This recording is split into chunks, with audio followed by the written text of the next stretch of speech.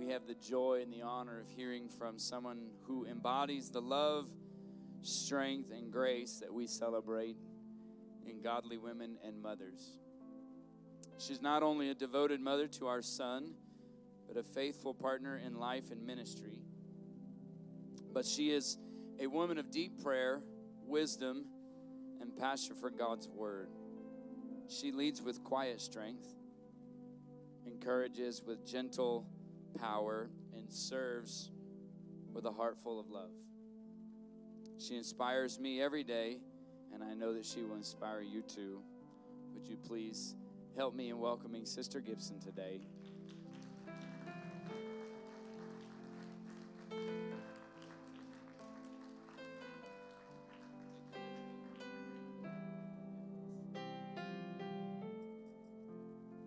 Wow, I feel humbled and honored by that introduction.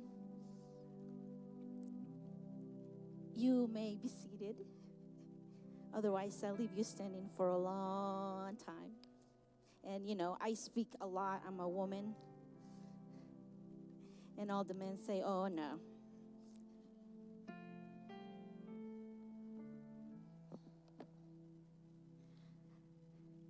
Happy Mother's Day to all of the mothers here today. Happy Mother's Day to all the moms, the grandmas, the aunts, the sisters, sister-in-laws. It is a very special day, and I feel humble to be here today, that my husband trusts me to be up here and just speak to you from my heart. So thank you for that. I don't have my mama here today. I miss her. She is in El Salvador, and I wish she was here. So you'll have to pray that she moves over here. So that's been one of my prayers. But I do honor my mother-in-law, who has been my mom. I can't remember the time I went from Sister Gibson to mom. I was afraid to call her mom. I was afraid to call her by her first name too, because I only knew her by, she's the real Gibson.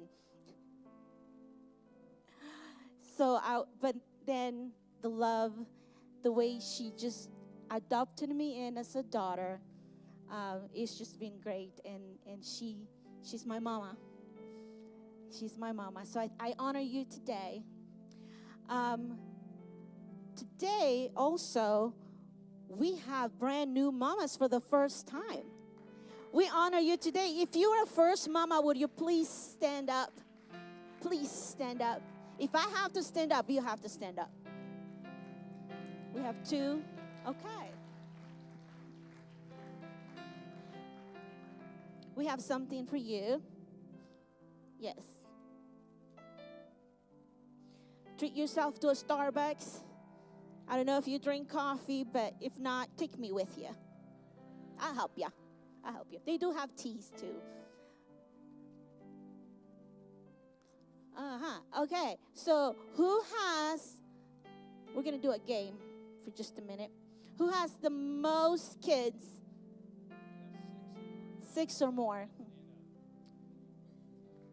That you have birth. Oh, we have 2. We got more mamas. Elvira. ¿Tiene más hijos?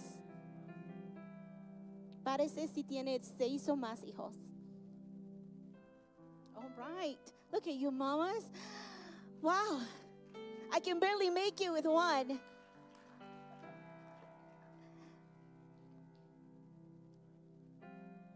Three left. Okay. Be creative.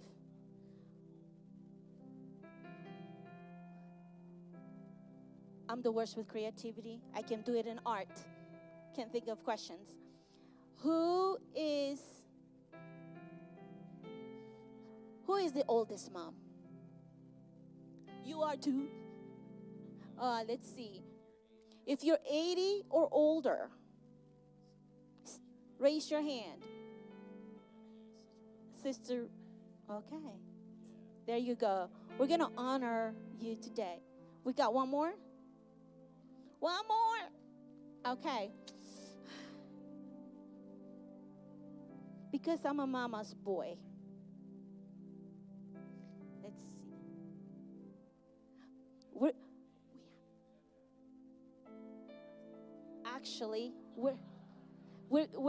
I want to save it for somebody special.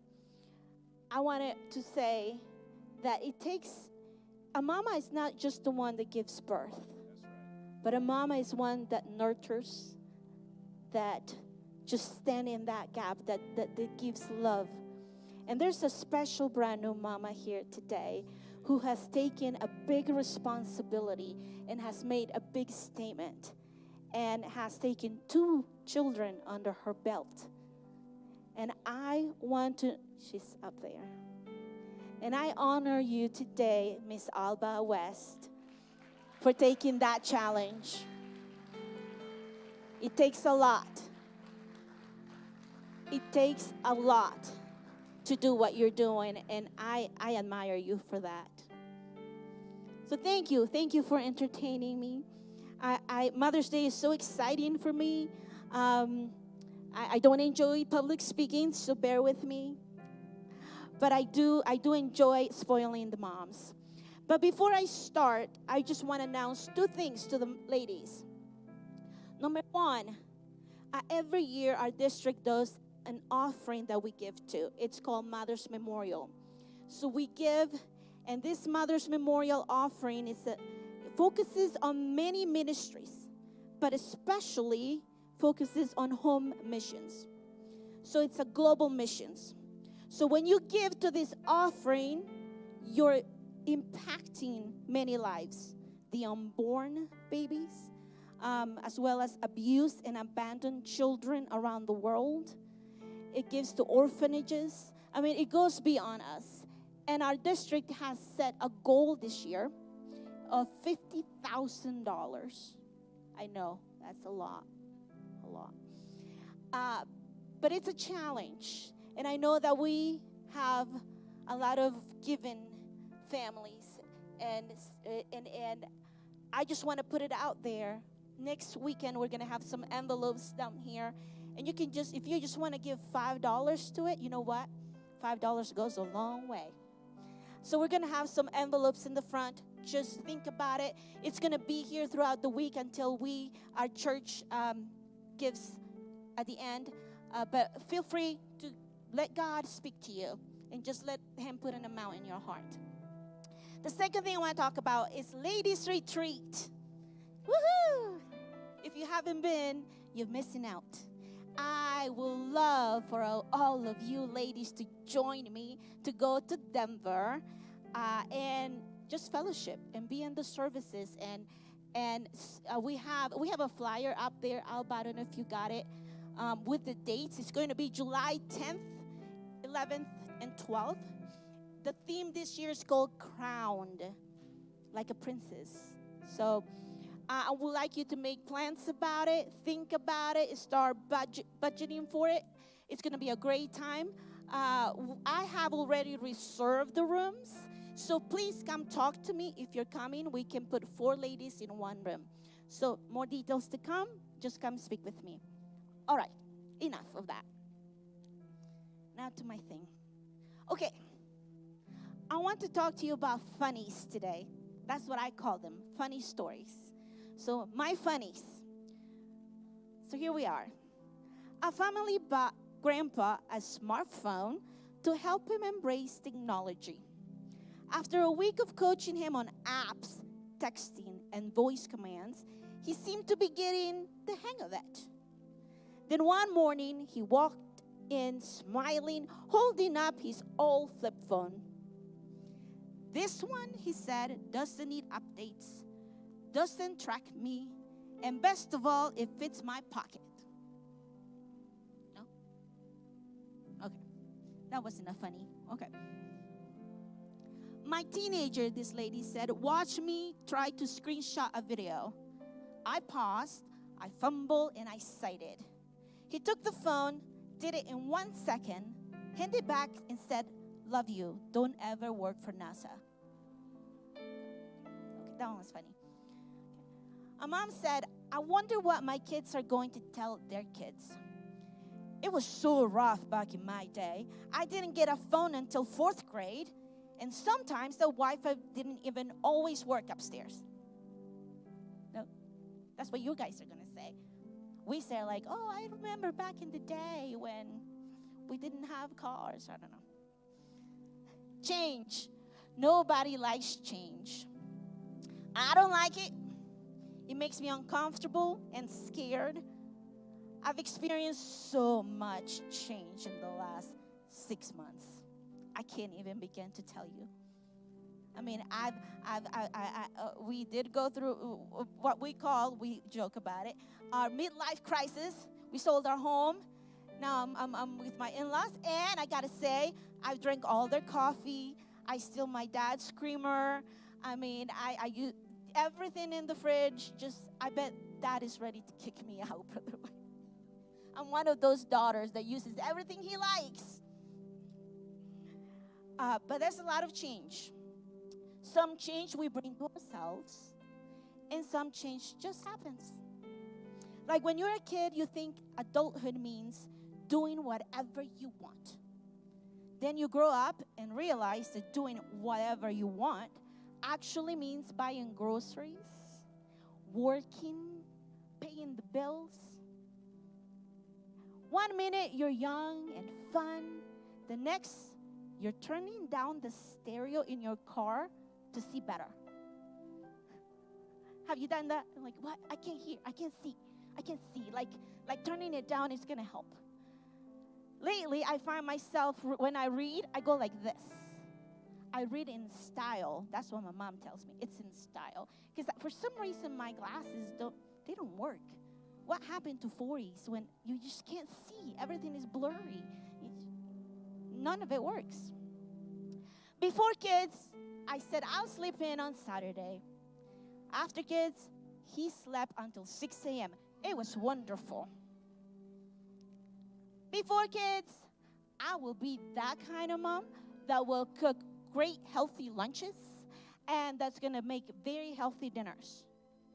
After kids, chicken nuggets with Nutella will work, babe. Just go through McDonald's. Then it just gets better. Middle age is just walking around all day saying things like, what was I going to say? Why did I come in here? Did I already take my vitamin? How did I get this bruise? Why am I so sore? Where did I leave my phone? Can you relate? I mean, when I get up, this is true story. When I get up, I have to really think about how I'm going to roll out of bed without tweaking my back. I mean, when did that change? Before I was like jumping off and ready to go. And now I'm like, hold on. If I move to the left this way, it might work better. Change. So much change. I sit on the floor with Jaden, and then something happens to my brain and my legs. There's no connection there. I've lost the Wi-Fi somehow. My Jaden, he used to be a mommy's boy. He used to call me his baby doll, for real. He learned it from Popsy. My baby doll. You know what he calls me now? Bruh. Bruh. When did that change? It's inedible. Inedible. I can't say that word. My body feels it. Change. Okay? We're having a war going on at home where he's always cold. I'm always hot. The other day I walked into the house, Sister West, after work. I have this AC blasting on my face. And I'm sweating. Like literally sweating. I walk into the house and I said, this house is hot. My husband looks at me and says, no, babe, it's you. And I said, excuse me? It's like, what are you talking about? I am perfectly and wonderfully made. It's not me. It's hot. So we have this war. He's got the fan going. I'm like, it's not enough. I need ice. I need something. What's going on? My body's changing. And we laughed. We laugh about these things. But gentlemen, this is a real thing. Just wait, brother. Just wait until you get there. It's a real thing. And it just gets good worst. But it is this change that connects us to our family. Like the fan that I have in my room. You know, he freezes. I am happy. Choose your battles. And man, I'm telling you, this one is worth losing for you. Let her have the fan.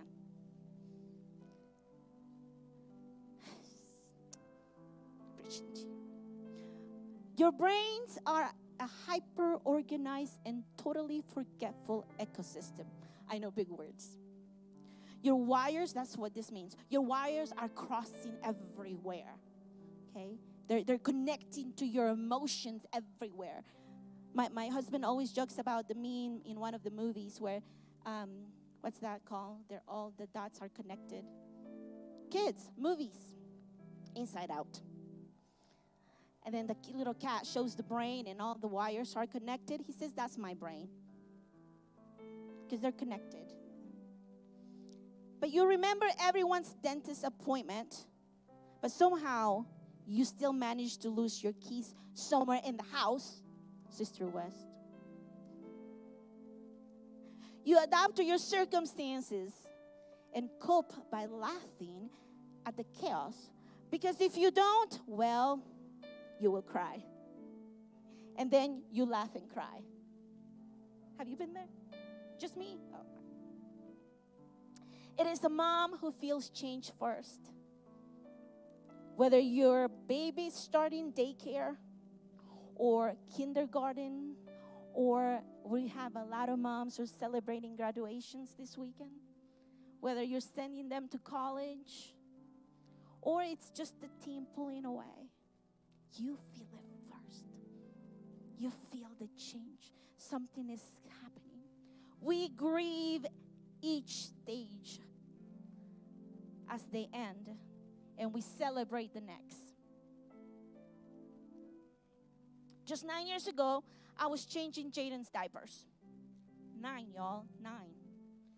Next thing I knew, I was sending him to kindergarten.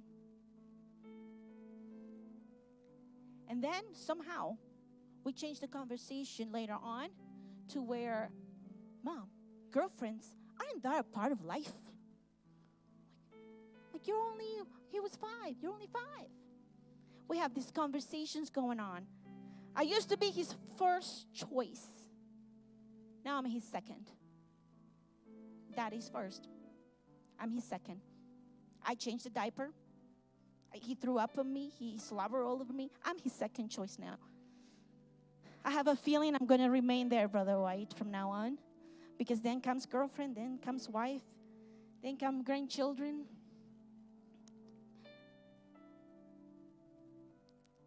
I don't want to think about tomorrow. All of you that have your kids that are about to graduate, I don't want to think about it. I don't want to get there. I want time to stop. We were here celebrating Phoenix's graduation yesterday. Woohoo, yes, yes, yes. And I see all these baby pictures of all these graduates. And then when they grow up, and then they change and they become adults. And I looked over at Jaden and I said, I'm going to be a mess when you graduate, so you know. He gives me these eyes and rolls like, okay, Mom. No, you didn't do that? Okay, I'm sorry. He's looking at me like that. Yes, those eyes. We are all in different seasons. Some of you are changing diapers, brand new mamas.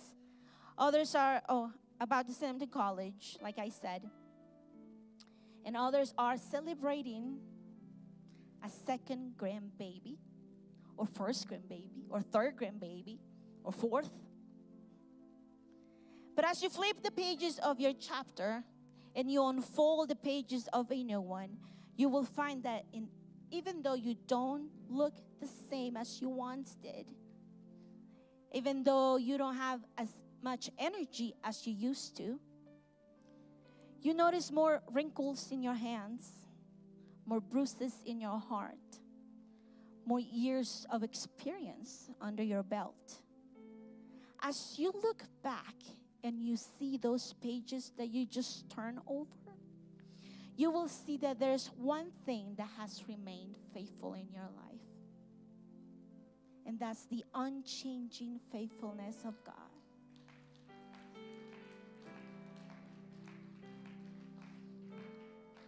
Change. He does not change. He is the same yesterday, today, and tomorrow, and He will be there. There are still pages to be written. He's not done yet. I mean, you're not the same person you were 10 years ago. I mean, in fact, you're not the same person you were 6 months ago or a month ago. We're not. We're ever changing. Circumstances around you, you have been forced to change by those circumstances in your life. By those circumstances you have faced, they have formed you. They have left a fingerprint in your life. And this change, unfortunately, has brought and doubt in your heart. You know that fear? It's a fear that paralyzes you. Many times. I'm going to stay here for a minute. Fear that freezes you and it makes you think things that are not real. It makes you think that you're going to lose it. Just makes you wonder, and you have this conversation going on that what's going to happen? And this fear, it's like my glasses. I have to take them off because I can't see clearly. It's blurry. The picture got blurry. It makes you think, makes you see things that are not real. And the number one weapon of Satan is fear. If he can just put it in your mind, you do the rest, ladies. And you know what I'm talking about. If he can just filter that fear, then you can imagine the worst. Poor chaos up here. I want to tell you a story that I found when I was getting ready for this about 2 months ago. Just praying, God, what do I say? God, everybody says everything. And I've said so many things, the same thing. So what do I say? And God just put this scripture in my heart. And I just ran with it. And it's just a thought to encourage you today. And it's the story, and I know you're going to say, what? But it's the story in the Bible about Lazarus. The Bible specifically says in John chapter 11, if you read the whole story, I'm not going to read it, but I'll give you little pieces. In John 11, he states that he loves Lazarus, was his friend. Jesus loved Lazarus, Mary, and Martha. But then Lazarus got sick. So Jesus was in another city, and they sent news to him saying, the one that you love is sick. And then the Bible says in verse 5, Jesus loved Martha and her sister and Lazarus. I mean, it makes a point of saying he loves them. That's important. But then guess what he does in the next verse? When he heard that he was sick, he stayed 2 more days in the place where he was. I mean, I don't know about you, but if I hear somebody that I love is sick, I'm going to drop everything I have and I'm going to make arrangements and I'm going to go. But he intentionally stays 2 more days. He delays 2 more days. He's sick, but I'm delaying 2 more days. Then we keep going. We know that the disciples are having a conversation, and then all of a sudden, he tells the disciples, because they don't understand, that Lazarus is dead. He knows this. He purposefully stays 2 days and he says he's dead. Then later on, verse 17, he says, when Jesus came finally, he had been in the tomb for 4 days. Then, I'm going to get to my point. And all the men say, finally. I told you, I give too many details. If that's not your communication style, I'm sorry. But then in verse 21, when Martha heard that he was coming, Martha goes to Jesus where he was, and he says to him, Lord, if you had been here, my brother would not have died. Like, if you had been here, none of this would have happened. How many have said that? If you had been here, you would have helped me. None of this mess would have happened. If you had even cared. I needed you. In the most desperate time of my life, I needed you. You weren't there. He's dead. Then Jesus proceeds in verse 22. Or Martha then says, but even now I know that whatever you ask of God, God will give you. Jesus said to her, your brother will rise again. And then she says, I know that he will rise again in the resurrection at the last day. Then Jesus says to her, I am the resurrection and the life. He who believes in me, though he may die, he shall live. And whoever lives and believes in me shall never die. And this is important. Do you believe this? Believest thou this? Another version. Do you believe this, Martha? Watch. Whoever lives and believes in me, like you're living and you believe in me. He's dead, he will live. But you are alive. Do you believe? Then goes on. We know that she goes on. That she calls Mary. Mary comes, and this moves me. When Mary sees Jesus, it's a different approach. She runs to him and falls at his feet. Lord, if you had been here, my brother would not have died. You know, when you're going through something, Brother White, and then you're at the hospital, and you feel awful, you feel like you've just a mess, and then through the door comes the one person that knows, that you know loves you so much, and you see them walking in, and it's like you just break and melt down and crumble, and you just let it open. That person that you trusted came to see you, and you just let it out. That's what I picture here with Mary. He's like, Jesus, the one that had been sitting at his feet, falls down to his feet again and say, if you had been here. Then when Jesus saw this, he was moved. He saw her weeping. And then it goes on verse 33, says, Jesus saw her weeping, and the Jews who had come with her also weeping. He was deeply moved in spirit and troubled. Another version says he was intensely moved in spirit and greatly distressed. And then, in verse 35, Jesus wept. When he saw her crumbling down on the floor, Jesus felt that pain. And he wept with her. I believe there's only two scenarios in the Bible, and correct me, Pastor, if that's and Dad, if that's not true, but where Jesus wept. At least reported in the Gospels. It was in this case when he saw her weeping, and when then he wept over the city of Jerusalem. People move God. Your tears move God. When you're crumbling down at his feet, you're moving God's heart, mamas. When you're weeping for your children that are lost and crying in desperation, God weeps with you.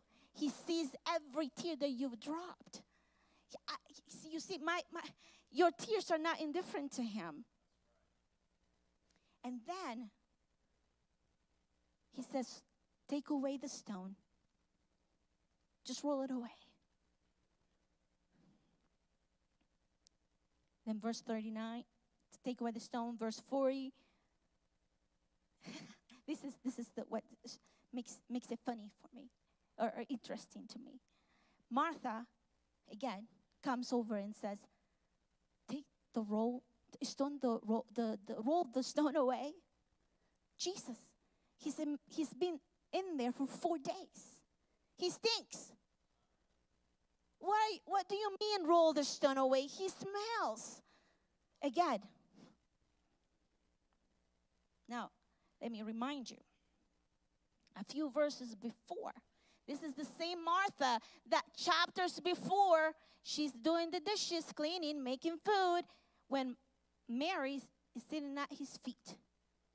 And this Martha is just busy, but he's like, don't you see she's not helping me? How many have sisters like that? Don't you see that I'm busy and she's just watching movies? Yes, we have a story. Can't you see that I need help? That I'm in distress and she's just there? Can't you see it? This is the same Martha that had the boldness to come to Jesus and said, Lord, if you had been here, if you had just been here, and then the boldness to say, he stinks. What do you mean take him out? What do you mean take the stone away? But in a few verses before, this is why, I love this. This is why Jesus, and maybe I'm not explaining it right, but this is where a few verses before, Jesus tells Martha in verse 21. No, 25. I am the resurrection, Martha, and I am the life. He who believes in me, though he may die like Lazarus, he shall live. And whoever lives right now and believes, like you, in me, shall never die. Martha, do you believe this? He said this back there, okay? Do you believe this? And then again, he comes back and reassures him a few verses down. Change. You can have change within a few minutes. It doesn't have to take 5 years. You can change your thought process in 5 minutes. This might have taken, I don't know how long. And a few verses later, Jesus says, the verse that I'm getting to. Did I not say to you that if you believe, you would see the glory of God? Didn't I not? Wait, when did you say this? A few verses before. Do you believe this? Didn't I tell you that? Do you believe? You see, what Jesus was doing is ministering to Martha here. He knew he had a relationship with Mary in a different way.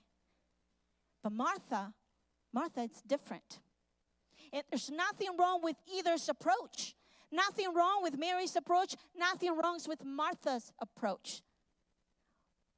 Jesus just knows how to speak both languages. He knows what Martha needs is some reassurance of faith. Martha, I've told you. And I'm going to reassure you again because I already told you, do you believe? I will do this. You will see the glory of God, Martha. Mary, she just had to come and cry at his feet. Sometimes you have no words. So he ministered to Mary in a way that he couldn't minister to Martha. Mary chose to trust in his presence even when she didn't understand the timing. Martha needed that little extra reassurance of his faithfulness. Which one are you? Do you need reassurance today that God is going to bring your kids home? Do you need some reassurance that things are going to be okay? Do you need some reassurance that God will make a miracle? Or do you just need to come crumbling down at his feet and say, I can't make it anymore. He understands and speaks both languages. He was inviting Martha to shift from grieving to believing. There's my title. Believing is seeing. We have been taught, we were just talking about this with my husband when I was explaining what I wanted to say. And he said to me, we have been taught that seeing is believing. In court, we say it all the time. We need to prove beyond a reasonable doubt that this person is guilty. We need proof. Show us the evidence. Otherwise, he goes free. We have been taught to believe, to see the evidence. But Jesus instead is saying, believe in me first so you will see what I can do. Believing is seeing. He changed that meaning. We want proof. He wants faith. Fear says, I'm going to lose them. Faith says, they'll come home. Fear says, I'm not capable. I can't do this. Faith says, try me.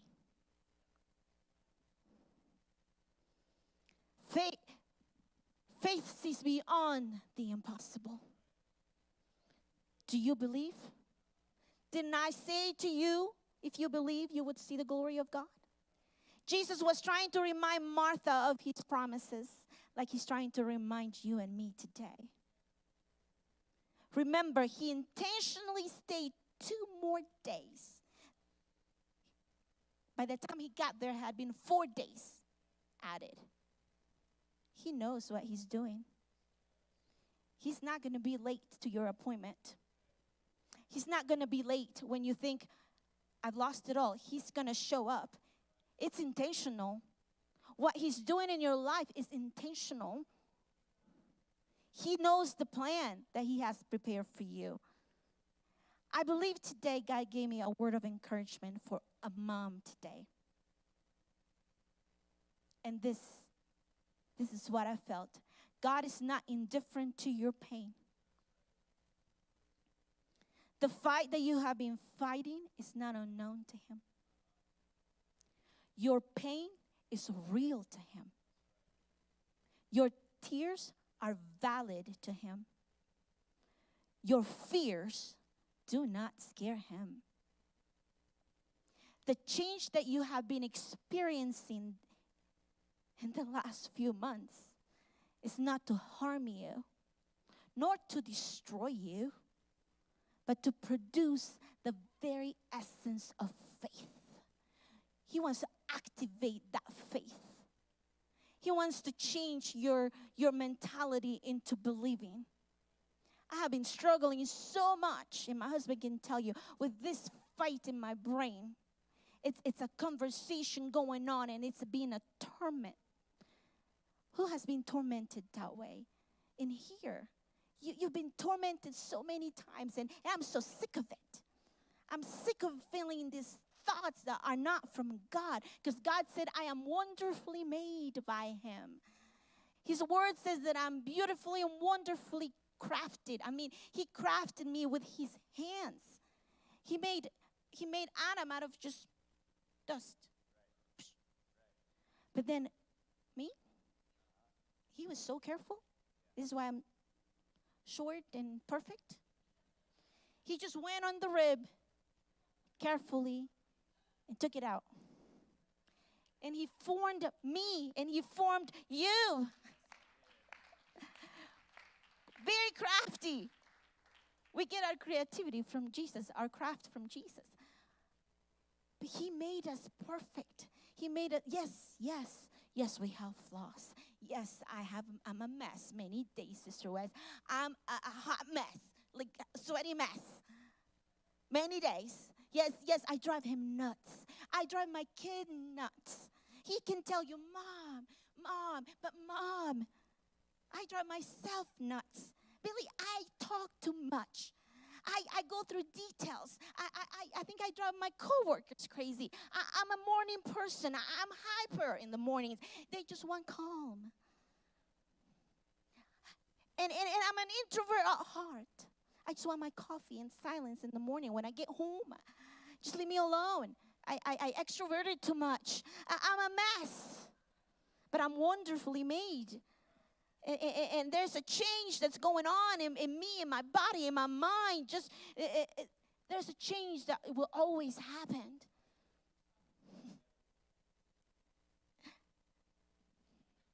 Did I not say to you, if you would believe, you will see the glory of God?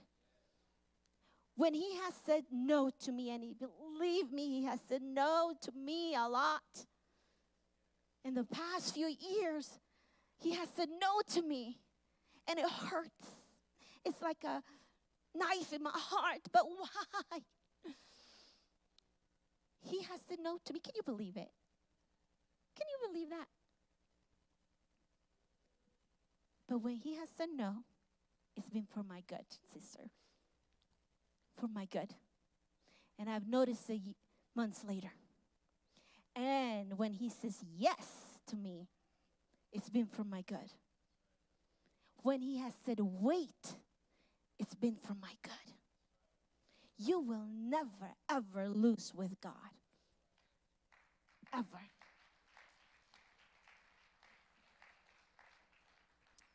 I don't know where you are, Mom.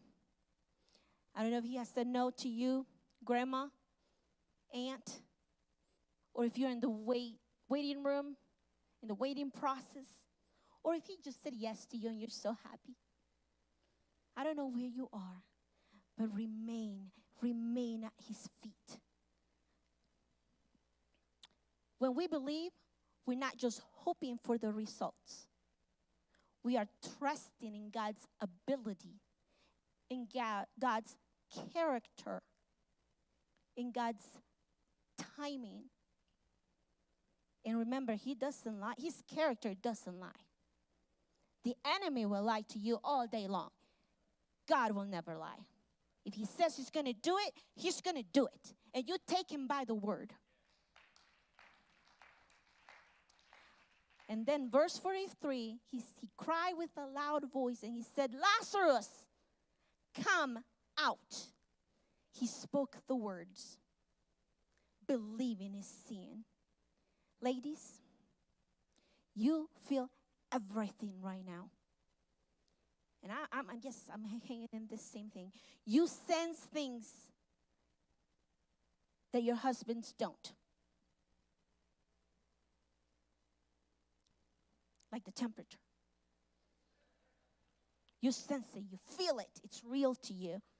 Your emotions are real to you like no other. And your heart beats for a 9-year-old, for a 16-year-old girl, for your 21-year-old adopted daughter, your daughter-in-law, for your 41 daughter-in-law, for your adopted children. You sense that when something's not right. Even though they're not your own children, you sense it because you've spent time with them. You see them. You're there with them. You have created a relationship with those around you, and your heart beats and feels every pain, feels every stress, feels when they're in disappointment, feels when something just doesn't feel right. You know what I'm talking about? All of a sudden, the other night, I just wake up from the bed at 2 a.m. and I go, something's not right. You know what that happens, what you do? You get up because God is about to give you a little bit of insight of what's going on. So you listen to that. You get up and you go find a place of prayer. You go find Jesus' feet because you're about to know something that you did not know, but God knows. And he's about to let you know. Listen to that desire to pray. With every change that comes, change the strategy that you use in prayer. It's okay. You're going to change. Your body changes. Change your strategy with God. Pray more. Stay a little longer. Go find Jesus' feet. Something I admire about my mother-in-law. Doesn't matter how many dishes are in there. She's like, I need to pray. And if I'm with her, and that's why I can say it. And I know you can say it in your homes and when you with your grandmas and moms. But this woman gets up in the middle of the night and just prays. And you hear in the mornings just speaking in tongues. And I said, she's interceding for me. I know she is. So I walk in boldness back to work because I said, I know she prayed for me. I know she did. I'm covered. And when I have something going on, you need to pray for me right now. I mean, this is not going well. Do you have one of those? That's a mama. That's a mama that prays. That's a grandma that prays. That's a grandma that's interceding for every child, for your kiddos. That's an aunt. We have an aunt. We have aunts in the room. Pray. Change your strategy. Pray. When you pray, you believe. And when you believe, you see the glory of God. And I think I'm taking too much time. I can't say her name. Jochebed, Moses' mother. She embraced the changes that she faced as she put Moses in the river. Would you do this nowadays? No, you better not. She put her baby in a river and trusted God with his future. She just let him go and trusted God, and God did wonders. She believed before she saw. Mary, the mother of Jesus, said yes to the impossible. When she had Jesus, I bet you she had no clue what was coming. If God had shown her, she would have crumbled. She didn't see the cross yet. She didn't see the bruises. She didn't. But she believed before she saw. And she let go as he stepped into his calling. They all chose faith over fear, action over despair, letting go with love. That's the hardest thing. I don't want to let go. Trusting in the unseen plan of God.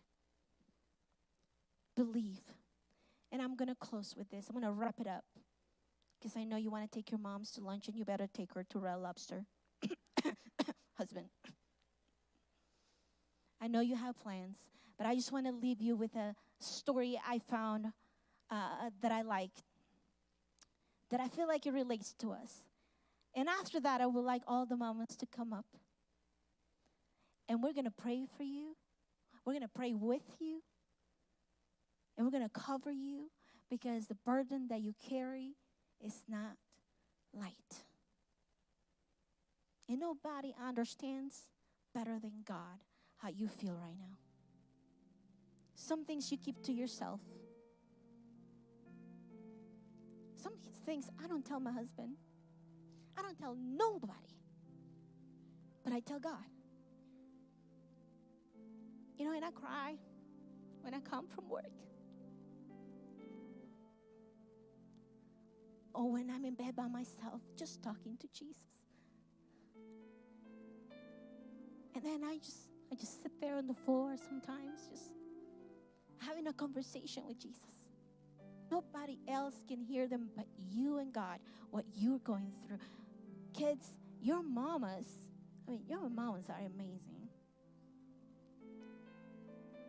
They are carrying so much burden. They are carrying the weight. And there's a lot of single mamas as well that are carrying that burden. I don't know. God, I don't know if I'm going to make it. Believe. Do you believe?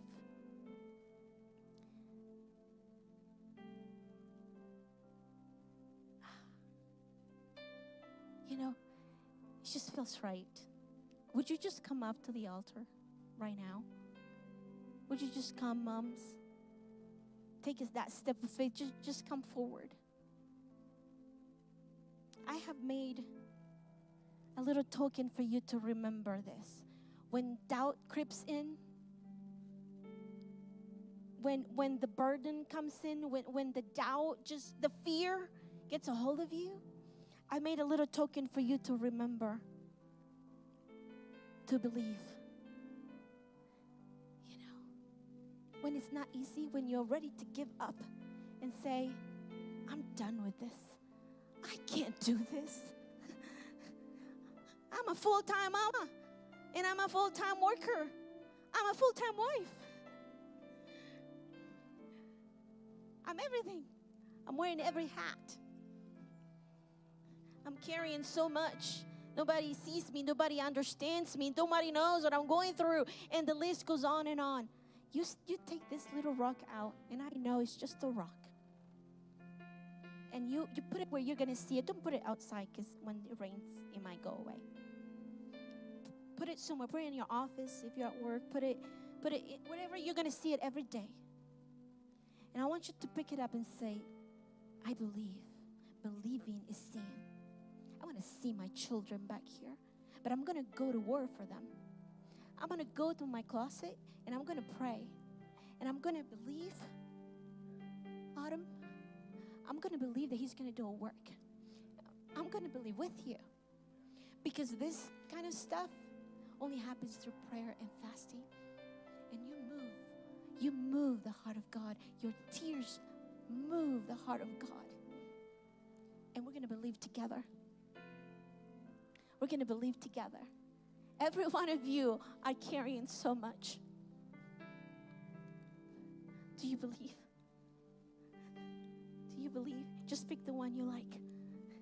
Do you believe? God is going to make it. You're not seeing it right now. You don't see the results.